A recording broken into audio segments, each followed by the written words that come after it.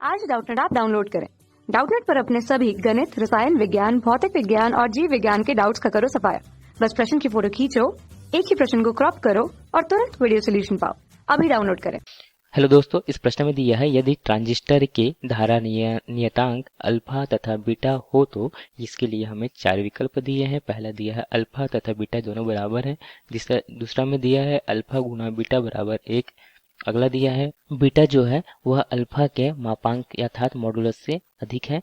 उसके बाद डी में दिया है जो बीटा जो है वह जो अल्फा के मापांक अर्थात मॉडुलस से कम है। तो हम यहाँ पे देखते हैं, सबसे पहले देखते हैं ये धारा नियतांक जो अल्फा और बीटा को। सबसे पहले हम देखते हैं किसी भी ट्रांजिस्टर में जो अल्फा और बीटा जो होता है, अल्फा दोनों एक धारा लाभ होते हैं। जो अल्फा जो होता है वह धारा लाभ जो होता है वह उभयनिष्ठ आधार के लिए होता है। इस प्रकार से यदि हम अल्फा का लिखना चाहें तो अल्फा बराबर लिख सकते हैं IC बटा IE। तो यहाँ पे जो IC है वह है यह है संग्राहक धारा तथा IE जो है वह है उत्सर्जक धारा। तो इसका दोनों का अनुपात जो होता है अल्फा होता है, जिसे हम धारा लाभ कहते हैं उभयनिष्ठ आधार के लिए। दूसरा देखते हैं हम बीटा को। जो बीटा जो होता है यह भी धारा लाभ होता है, मगर यह जो होता है वह उभयनिष्ठ उत्सर्जक के लिए होता है। तो यहाँ पे हम बीटा बराबर लिख सकते हैं यहाँ से IC बटा IB। तो यहाँ पे IC जो है वह संग्राहक धारा है तथा IB जो है वह आधार धारा है। हम जानते हैं किसी भी हम ट्रांजिस्टर में अगर हम देखें तो वहाँ होता है IE।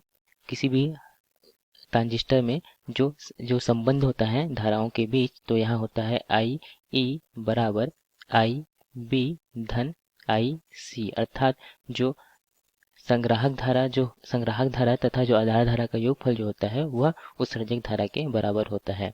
तो हम यहाँ पे देखते हैं यदि अल्फा और बीटा का संबंध देखें, अल्फा और बीटा के बीच का संबंध जो होता है, यदि हमें अल्फा का मान ज्ञात करना है, अल्फा बराबर होता है बीटा बटे 1 धन बीटा, तथा यदि हमें बीटा का मान ज्ञात करना है तो यह होता है अल्फा 1 ऋण अल्फा। इस प्रकार से अल्फा और बीटा में संबंध होता है। यहाँ पे हमें प्रश्न में दिया है कि यदि ट्रांजिस्टर की धारा नियतांक जो है अल्फा बीटा हो तो यहाँ पे हमें इसका संबंध निकालना है। तो यदि हम इसका मान रख कर देखते हैं, उदाहरण के लिए हम अल्फा का मान 0.95 रख दें, तो अब हम बीटा का मान जो है वह ज्ञात करें। तो यहाँ से हमें बीटा बराबर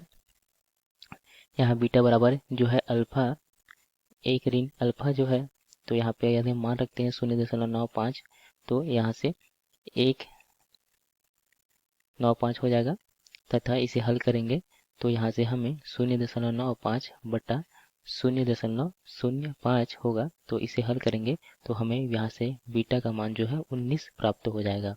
तो इस प्रकार से यहाँ पर अल्फा जो है हमेशा अल्फा का मान जो है हमेशा 1 से कम होता है तथा जो बीटा का मान जो है वह 1 से अधिक होता है। तो यहाँ पे यदि हम यहाँ विकल्प को देखें तो पहला विकल्प में दिया था अल्फा जो है वह बीटा के बराबर होता है, तो ये संबंध गलत है।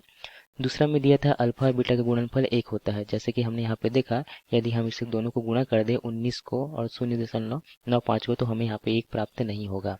तो यह भी गलत है, गलत संबंध है।